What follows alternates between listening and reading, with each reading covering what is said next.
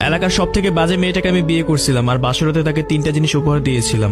আমাদের বিয়েটা হয় পারিবারিক ভাবে, আমি তাকে কখনোই দেখি নাই। আমার পরিবার আমার জন্য মেয়ে দেখা শুরু করলো, তখন আমার পরিবার আমাকে জিজ্ঞেস করলো আমি কাউকে ভালোবাসি কিনা। তখন আমার পরিবারকে আমি বললাম না, আমি কাউকে ভালোবাসি না। তখন আমার পরিবার সেই মেয়েটাকে দেখলো, আমার পরিবারের পছন্দও হলো। তখন আমাকে আমার পরিবার সেই মেয়ের ছবি দেখালো, তখন আমার কাছেও ভালো লাগলো। তখন আমার পরিবার আমাকে নিয়ে সেই পরিবারের কাছে গেল, মানে আমরা মেয়ে দেখতে গেলাম। কিন্তু আমার পরিবারের কাছে আমি একটা কথাই বলছিলাম, আমি যাকে বিয়ে করবো তার সাথে আমি একান্তই কথা বলতে চাই। আর তখন যখন মেয়ে দেখার জন্য সেই বাসায় গেলাম, তখন মেয়ে দেখার পর সবাইকে আমি বললাম আমি মেয়ের সাথে একা কথা বলতে চাই। তখন আমাকে আর মেয়েকে একা থেকে সবাই বাইরে চলে গেল।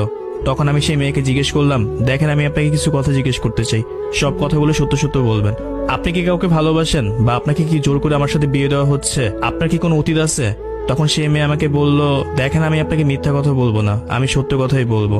আমি অনেকগুলো রিলেশন করছি, এই এলাকার সব থেকে বাজে একটা মেয়ে আমি। যদি আপনি এলাকার মানুষদের জিজ্ঞেস করেন আমি কিরকম একটা মেয়ে, যারা আমাকে চিনে তারা সবাই বলবে আমি অনেক খারাপ একটা মেয়ে। আর রিলেশনের কথা বলতেছেন, আমার জীবনে একটা ছেলেকে অনেক বেশি ভালোবাসতাম, সে আমাকে ঠকাইছে। আর তার উপর রাগ করে কত ছেলের সাথে যে রিলেশন করছি যা কখনোই বলে শেষ করা যাবে না। তখন আমি অবাক হয়ে মেয়েটার কথা শুনতেছিলাম আর ভাবতেছিলাম সে এগুলো কি কথা বলতেছে, সে তো তার নামে বদনাম বলতেছে আমার কাছে। তখন আমার কাছে অনেক বেশি ভালো লাগলো, সে তো সত্য কথাই বললো।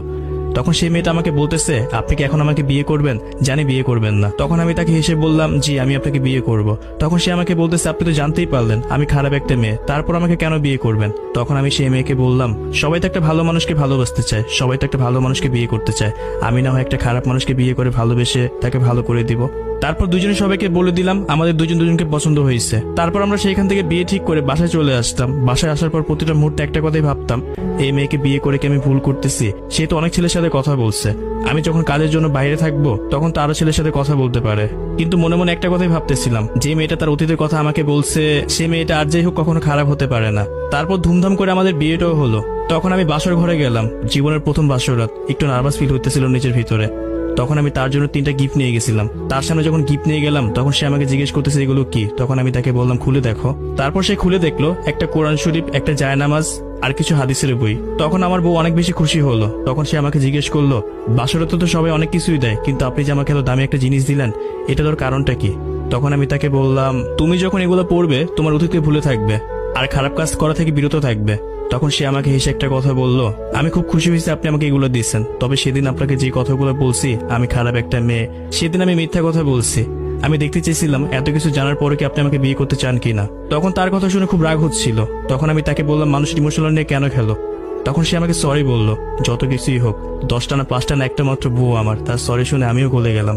তখন এটা ভেবে ভালো লাগতেছিল, যাক তার কোনো খারাপ বুদ্ধি নেই, সে ভালো একটা মেয়ে। তারপর তাকে শক্ত করে জড়ায় ধরে বললাম, কখনো মিথ্যা কথা বলো না আর কখনো আমাকে ছেড়ে যেও না। তখন সেও আমাকে কথা দিল।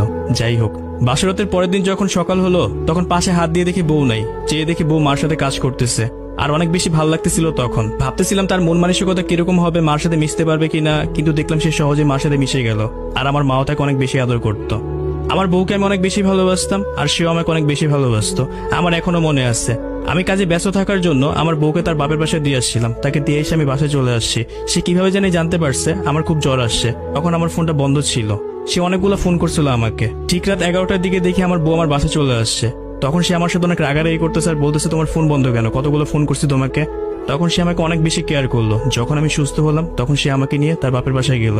আর আমাদের ভালোবাসা দেখে অনেকে অবাক হয়ে যেত আর হিংসাও করতো। আমার বউয়ের যখন বাচ্চা পেটে ছিল তখন আমি তাকে অনেক বেশি কেয়ার করতাম। আমি কাজ থেকে তাড়াতাড়ি বাসায় চলে আসতাম।